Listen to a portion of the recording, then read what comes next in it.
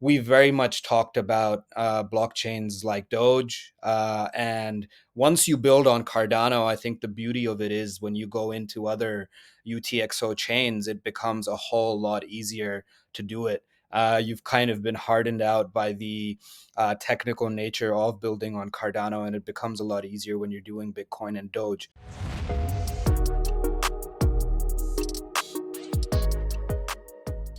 What's up, Beta Nation? Welcome to Dapp Central, your home for everything blockchain and crypto. My name's Fareed. As a part of today's video, we're sitting down and getting a deep dive into the Tokeo Pay wallet. I'll be joined by 2 of 3 of the founders of the wallet here. Without any further ado, let me introduce them. The first is Zash, and then the second is Guido. Welcome up, gentlemen. How are you? G'day, Fareed. How are you? I don't know. Every time I see you, put a smile on my face. So it's great to see you, my friend, and thanks a lot for having us on. Yeah, how's it going, mate? Good to be here again, and it's always a pleasure chatting to you. The pleasure is mine. I know you guys. I think are actually still in Dubai. I know we're just talking about that, but you guys were at the Cardano Summit. That was an awesome event. How was that for you guys? Look, it was a great event. What can I say? Real kudos goes out to Emergo and to CF. I thought it was an incredibly well-run event. Being from Australia, and yeah, we are still in Dubai at the moment. Zushan's actually in Bahrain, which I'm actually heading there tomorrow to catch up with him. But look, being from Australia, we don't often get the opportunity to meet people in person, and meeting people like your good self, and I know that we've met before, but also catching up with so many people that we work in the space with, and having that one-to-one interaction, it's hard to beat. I also spent a lot of time. I listened to a lot of the speakers, and it was so great to hear some announcements like Bitcoin OS bridge between us and Bitcoin, which was music to our ears, considering we're about to launch on Bitcoin. So I thoroughly enjoyed it. Loved every minute. No, nice summary. Go ahead, Zash. Oh, mate, I mean, I think CF just upped it to a whole other level, right? And I was there at the last one as well last year in Dubai, and I think this one was just as good, if not better. A lot of the announcements coming through, the meetings that we had, the people that were there, just fantastic. And a lot of that stuff, kind of echoing what Guido said, was very timely with regards to kind of what we're doing at Tokyo. I think that's a perfect segue into the Tokyo Pay wallet. As a part of today's video, we'll be discussing some pretty big cross-chain news, your ISPO, and how the community can actually now begin to hopefully claim their rewards. And then, of course, last but not least, there's an upcoming token sale, I believe, in a couple of days here. So I'd love to get the rundown, the details, and what everybody needs to know. If I'm not mistaken, this is one of the first ever sales taking place not only on Cardano, but also on the Bitcoin blockchain. Now, before we go any further, I'd love to just get a brief overview for anybody who hasn't heard of Tokyo Pay.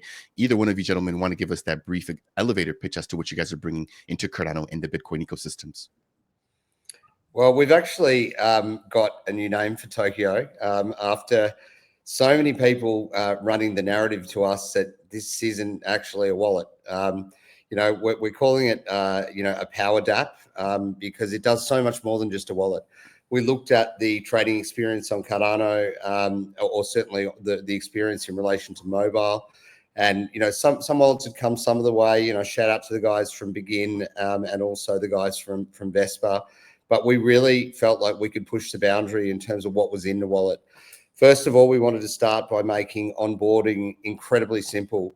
One of the key focuses of Tokyo is to not only support the ecosystem that we know and love in Cardano, but make it easy for others that are cross-chain, and also for that next 100 million users to get into crypto, because I think that's where we're going in this bull. I think we're about to see mass adoption, and we really wanted to create an environment where you could very, very easily get on with the path of least resistance to create a wallet.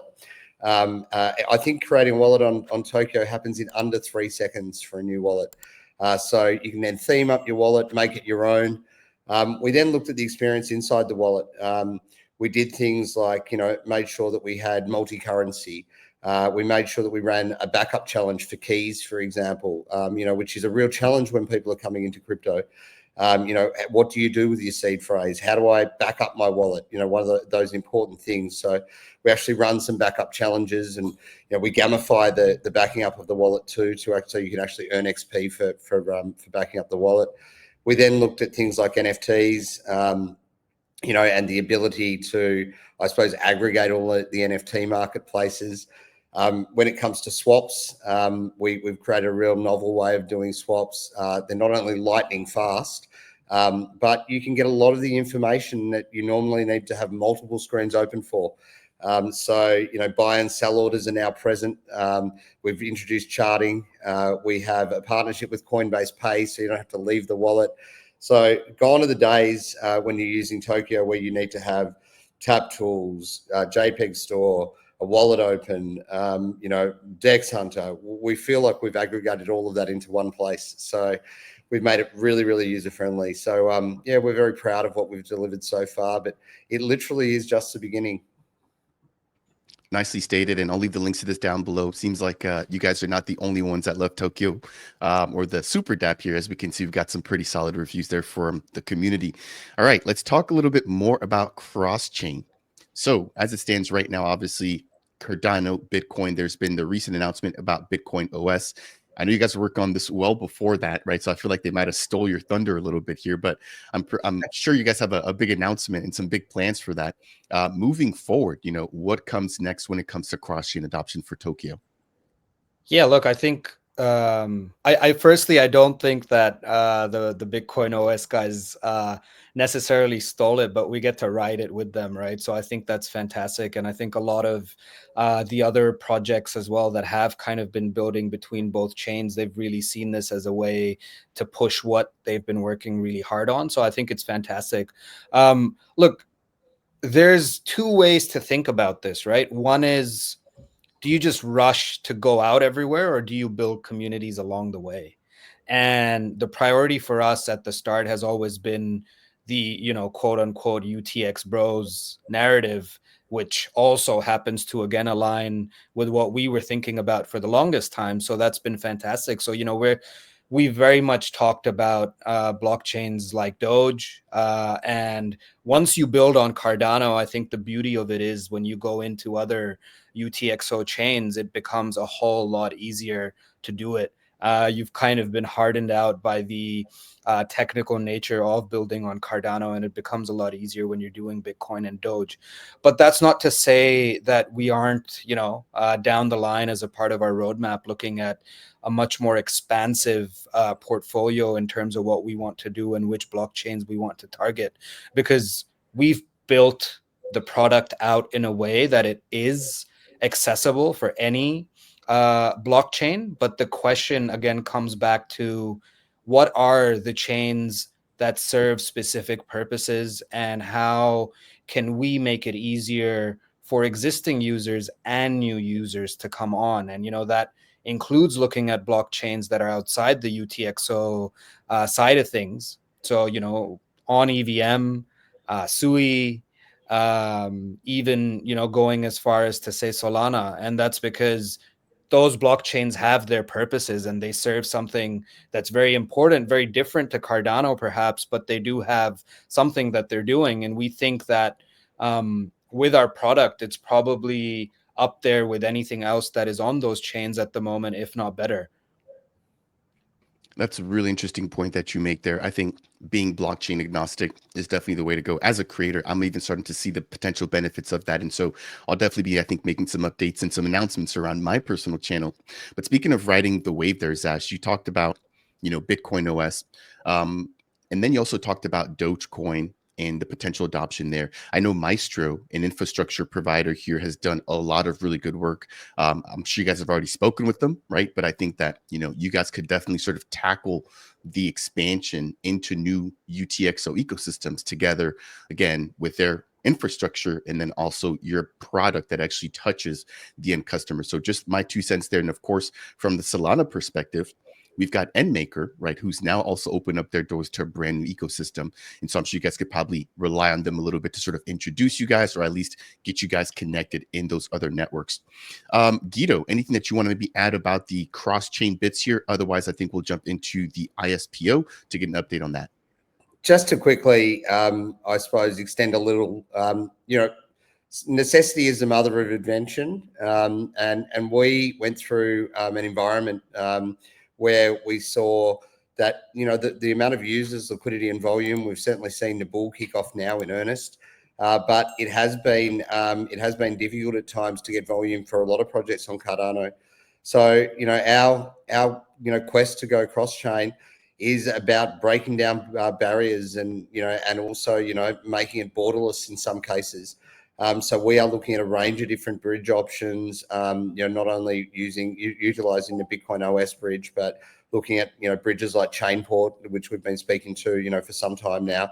And that whole strategy is driven at trying to introduce liquidity, users, and volume back into Cardano, as well as letting the Cardano folks explore other chains. So that's at the core of our ethos. No, nice, and thank you. While we've got you there, I know that you guys have your ISPO that's currently ongoing. Any updates that we can get on that and the reward claiming process? Because if I'm not mistaken, you guys have partnered with a lot of additional partner pools, the Dapp Central pool being one of those. So definitely want to say thank you for the opportunity to help out with your ISPO. But it'd be good, I think, to give the viewers here, the listeners, the delegators, the contributors, an idea as to what they can expect here as the ISPO gets ready to wind down. Yeah, so we've actually just entered our final epoch of the ISPO. We had, I think, with the ins and outs, we had over 10 million ADA delegated, so it was well supported for an ISPO, and we're really thrilled for that. I think in total there's over 35,000 holders of TOKE as a result of participating, which is great for us. We want people to be involved in the token. We're currently, looking to work with drip drops to create a claiming solution, and working out that at the moment. But the claiming process will be announced in the coming days. There'll also be an announcement tomorrow that the ISPO is concluding. Being the 11th of November, I don't think it's going to air yet, but by the time this airs, that announcement will already be out. But that'll give people who delegated some time to look to apply, their funds to another pool. But yeah, we'll be closing down the ISPO, in line with the last epoch, and we'll be publishing the claim details then, and certainly be letting your community know exactly how they can go about getting their token as well. Thank you. I appreciate that. Zash, anything that you want to maybe add as it pertains to the ISPO? Otherwise, I think we'll jump into one of the bigger topics here, which is your guys' launch on Cardano and on Bitcoin.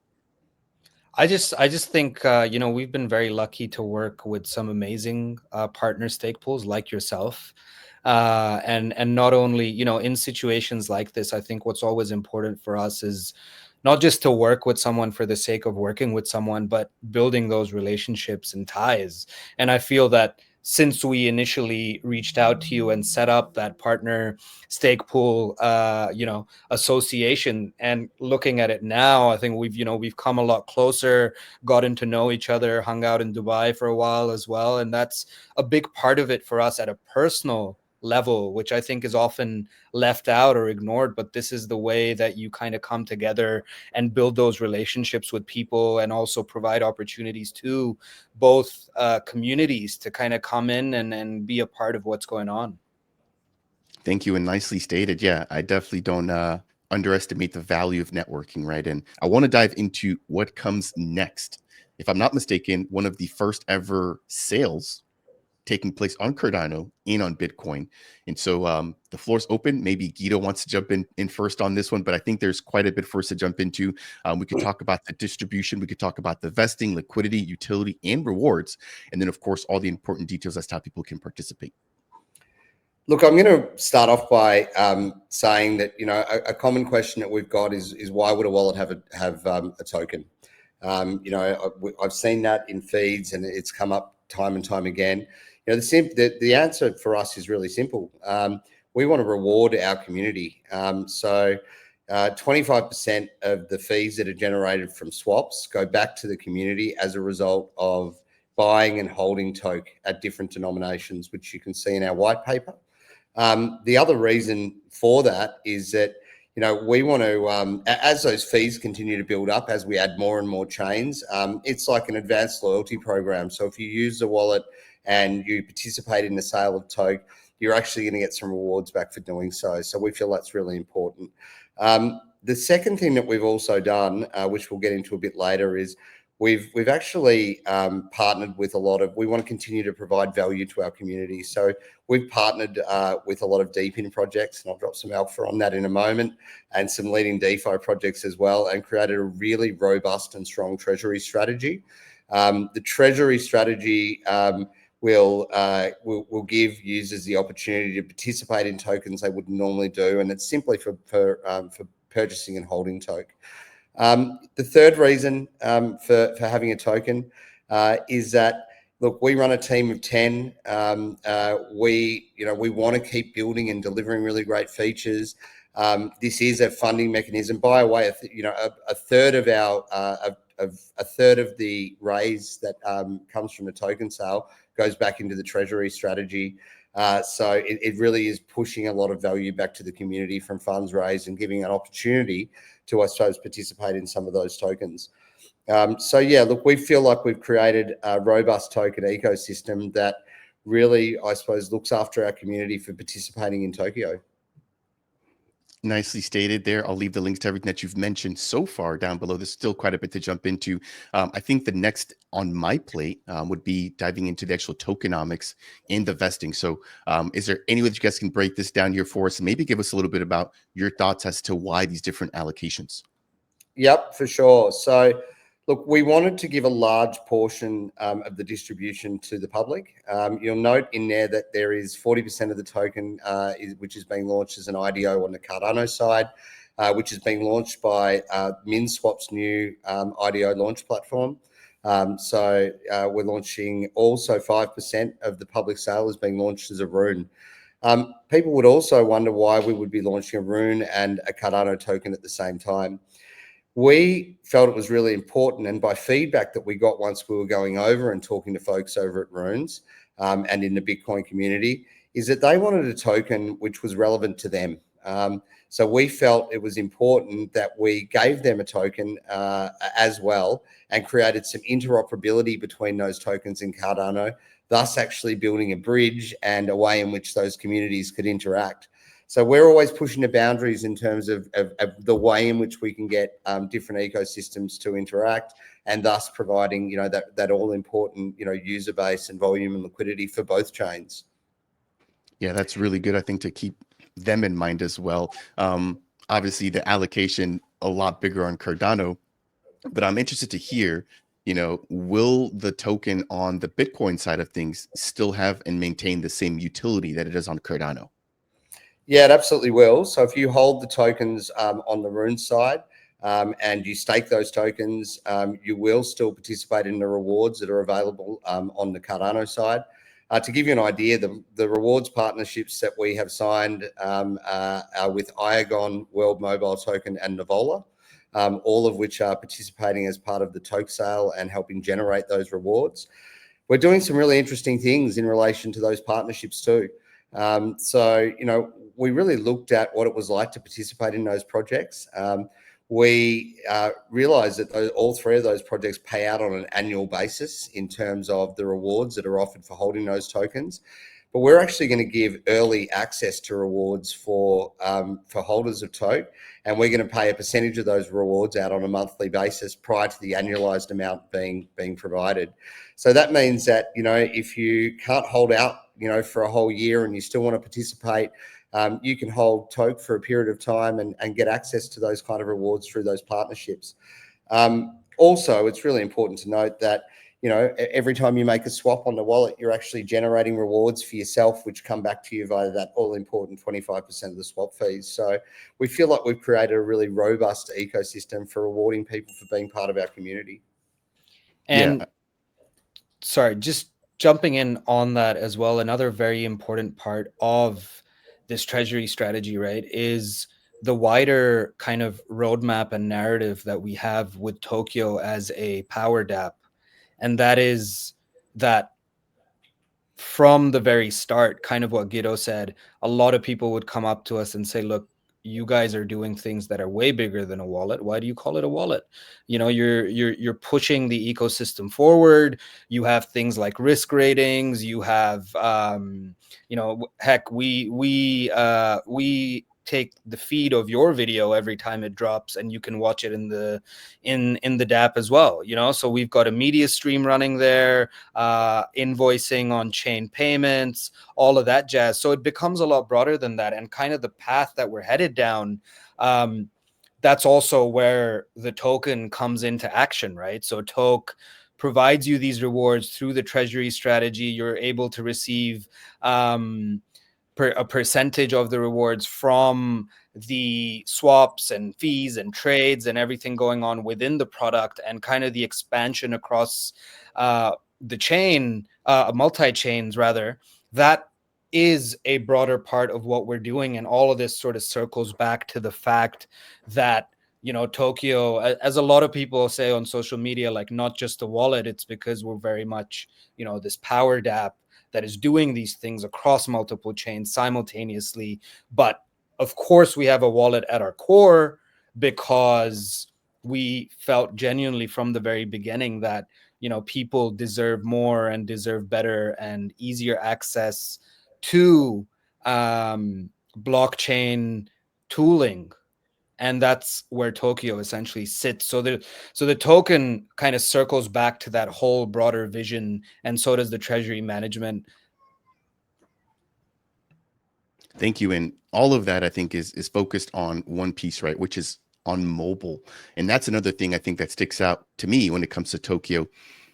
A lot of times I'm at my desk. Now, granted, as a creator, I have to be here, but there's also a lot of times where I'm not here. For example, like when I was in Dubai, and to be able to have as much access and to be able to quickly jump in and out of things like I need to on the go, I think is a huge offering here for Tokyo. I know I've spoken to you guys about a web-based version. You guys are like, hey, right now just kind of focused on mobile. But I think if you guys are able to sort of extrapolate the experience that you guys have curated and sort of become known for in mobile and paste that in web, that there is still definitely some opportunity there. I know that there's a lot going on, especially with governance. So I'm not sure if you guys have even, you know, leaned into that piece yet, but I think that there's a lot of opportunity in getting people engaged and getting people involved for governance through the Tokyo Super Dapp. I've got to stop myself from saying wallet now. Yeah, there are look, both points that you bring up are on the roadmap.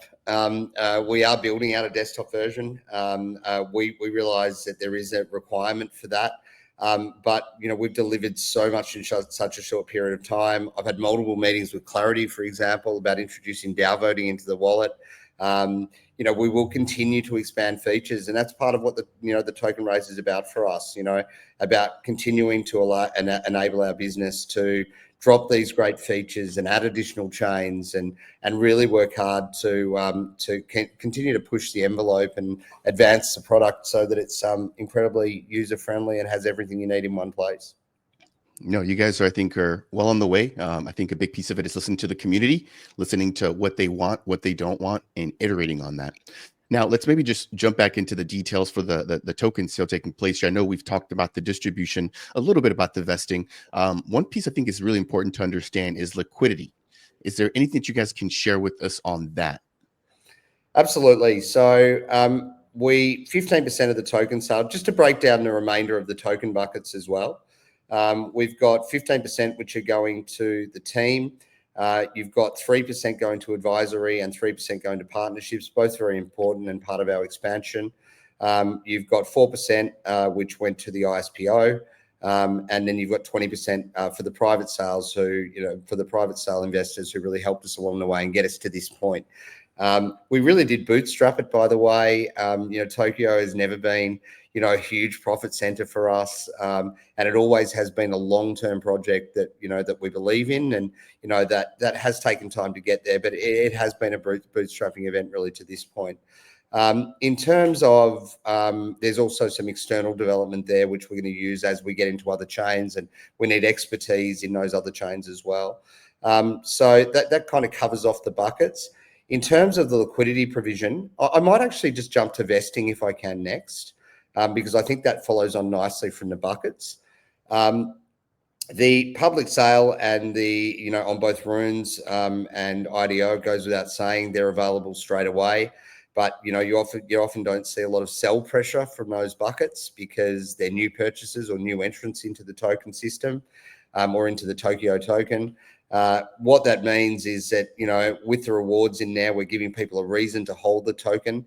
As far as liquidity, 5% of the total token supply is applied to liquidity, as well as 15% from the raise also goes to liquidity as well. So when you take out the third that's going to treasury and then the 15% that is also going to liquidity, you can see that a big portion of the investment that we're putting into the wallet, or that is from the raise, is going back into the wallet. So it's not so we can take money off the table, it's so that we can continue to grow and really foster, a strong community. So in terms of the vesting, the team, which is testament to their commitment to the product, is locked up for a 1-year period. So, we initially had a lockup period for the team of 3 months, when we were looking at the tokenomics, and there was a 15% unlock at the time of the TGE. We wanted to make sure that the community felt strong about vesting, and, that they felt like the team was committed. So we went back to the team, and, testament to our entire team, everyone agreed to a 12-month lockup straight away. So we don't get access to any tokens for that amount of time. In terms of things like advisory and partnerships, those tokens have a 6-month vesting, but they then vest over 24 months.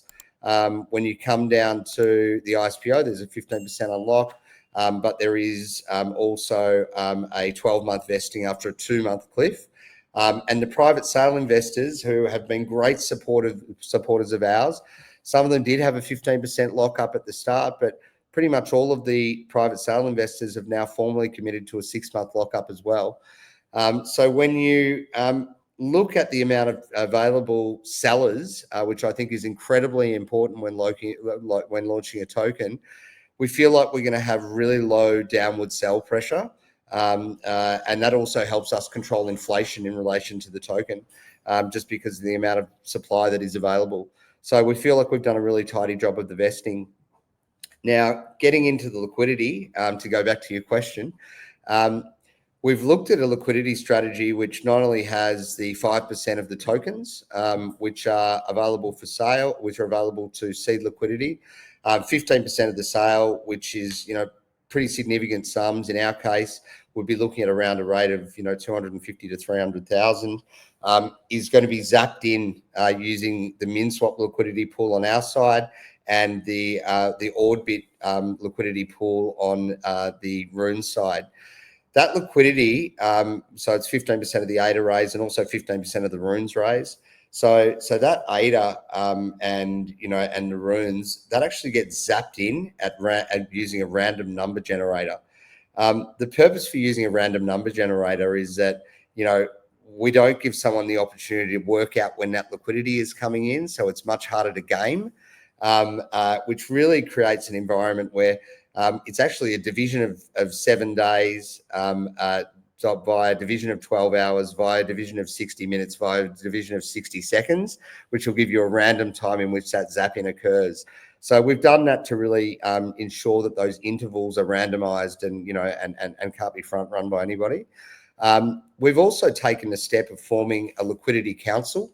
Our liquidity council is made up of experts from the industry that have got a lot of experience in liquidity. They meet on a bi-weekly basis to discuss the liquidity requirements and work out when the zappings are going to occur, using that random number generator. And, look, our strategy as a liquidity council is to maximize the trading volumes, sustaining healthy volatility, because a little bit of volatility is good, and prioritizing protocol success and longevity. We want this token to be something that, people hold and really get benefits of for a long period of time. It's not a meme coin. It is a utility-based token, and that utility-based token is designed to allow people to share in the rewards and really be part of that community long term. Now, you said it's not a meme coin.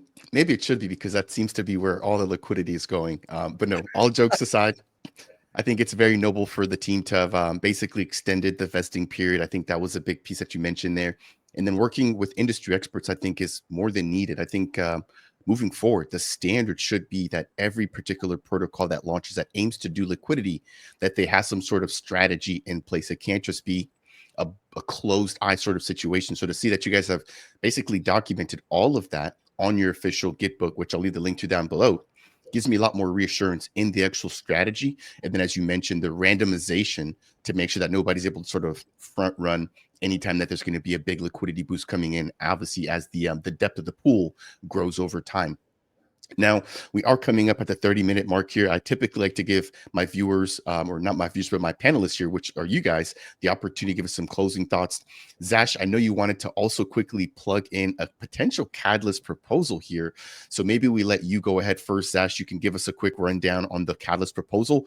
And if you could also roll in your closing thoughts, and then Guido will come right back over to you for your final words. Yeah, 100%, mate. Appreciate it. I'll keep it really short and sharp, but essentially we are working with Mercurio, who of course are one of the largest on and off ramping businesses in Web3. And alongside them, we are essentially bringing Tokyo branded MasterCards to Cardano. And what that essentially means is, you know, you have your ADA on your Tokyo wallet. You go through and get your branded Tokyo debit MasterCard, and you can then use that essentially as you would any debit card, and use your ADA as fiat. So it's a pretty cool function. Of course, this will start off just in the EU. So maybe for some of your viewers, because none of the three of us are in the EU, but all of them will get to essentially get their Tokyo branded MasterCards. But the beauty of this proposal is that once everything is set up, any project can then easily integrate with Mercurio to get their MasterCards as well. So this does end up helping the ecosystem out quite significantly. So for example, if another business on Cardano wanted to get their own MasterCards and enable a similar sort of process, we're doing that work with Mercurio through this catalyst proposal, and everyone can reap the benefits of it. So it's going to be pretty exciting. And of course, from my end, mate, before I hand over to Guido, just thank you for having us on. It's always a pleasure. You know, I love your videos, watch them all the time, and keep doing what you're doing. Excited to also hear what's new and what will be coming soon to Dapp Central. So I'm going to keep an eye out for that one, mate. Thank you so much, Zash. I appreciate it. As you know, crypto never stops, and in Cardano, there's never a shortage of drama. And so, yeah, a lot of things have been going on here. I'm definitely going to be pushing out some new things, but excited to see what you guys are doing there on your front with Mercurio in integration there of the potential card. I think for me, crypto is obviously something I breathe, something I understand very well, and I don't have any issues getting on chain, interacting with, you know, my USDM, all of my different assets, whatever you want to call them. Now, to be able to give somebody a card, I think this is how we tap into Web 2 and how we tap into just the average person, right? I don't have to sit there and explain to them how it works, blah, blah, blah. You know, obviously you have to set them up, you know, with the wallet, but once they've got that card, they can just, you know, spend like they regularly would and still be taking advantage of crypto. So that's definitely something that I'm bullish on. There's definitely a lot of other opportunities that come with that, but I know that other teams are also looking to get something like this out. So most recently, I spoke with the team from USDM who's working with NBX on a particular card as well. So would really love to see, you know, if there's any synergies or anywhere you guys are able to help each other out in that particular process. That said, of course, Ash, thank you again for tuning in and just for dropping all of the wonderful alpha here. All right, Guido, you have the final words for today's interview. Floor's over to you. Look, I think it's been a great interview, and thanks again for having us. You know, what can I say? It's a really exciting time for us. Not only are we venturing to another chain, and really integrating ourselves into a new community, which, again, as I said, I feel really breaks down barriers. You know, having a token as well, which is to be utilized by both chains, and again create that real interoperability. You know, it's not something that we've done lightly. We spoke about distribution. Every bucket has been considered, with a lot going through to the public to really create and foster involvement. When it comes to vesting, the team being locked up for 12 months shows real commitment, and, you know, really reducing that inflation and downward sell pressure. When it comes to things like liquidity, as you said, we've really well considered it, and making sure that we can create a really stable token that you know, has some volatility, but also has the right level of stability and is a long-term hold for people. when it comes to the use of funds, which I think is incredibly important when it comes to token raises. A third of what we're raising is going into that treasury strategy directly to reward holders. Another 15% of that is going into liquidity provision. The remainder of funds that are in there are also going to enable Tokyo to scale and add new chains and create new users and bring people on board back into Cardano and create that layer where we can all work together and that real kind of leveling where it's not one chain versus another, but it is a real interoperable place where people can take the benefits of seeded liquidity pools on both sides and trade over there with confidence with a token that they know. So, that's something we're really excited about, and we encourage everyone to take part in the token launch and join the Tokyo movement. Ladies and gentlemen, we've got Zash and Guido here, representatives of the Tokyo Pay app. I'm not saying wallet anymore. The Tokyo Pay app. Everything will be left down below. I just want to again say thank you to the both of you guys for tuning in here. For the viewers, hopefully you guys have found this to be informational, educational, and on time. If you have, number one, please make sure to smash that thumbs up. Number two, if you haven't subscribed to Dapp Central, consider definitely doing so. I aim to bring you guys all of the latest updates here from the biggest builders in the ecosystem. And last but not least, if you have any questions, comments, or concerns as it pertains to the ISPO, how to get access to the Tokyo application on Bitcoin, or even the upcoming token sale, please make sure to leave a comment down below. I'll be monitoring that, making sure to pass this over to the official Tokyo Pay team. That said, and as always, we'll catch you all in the next one. Cheers, everybody. Take care.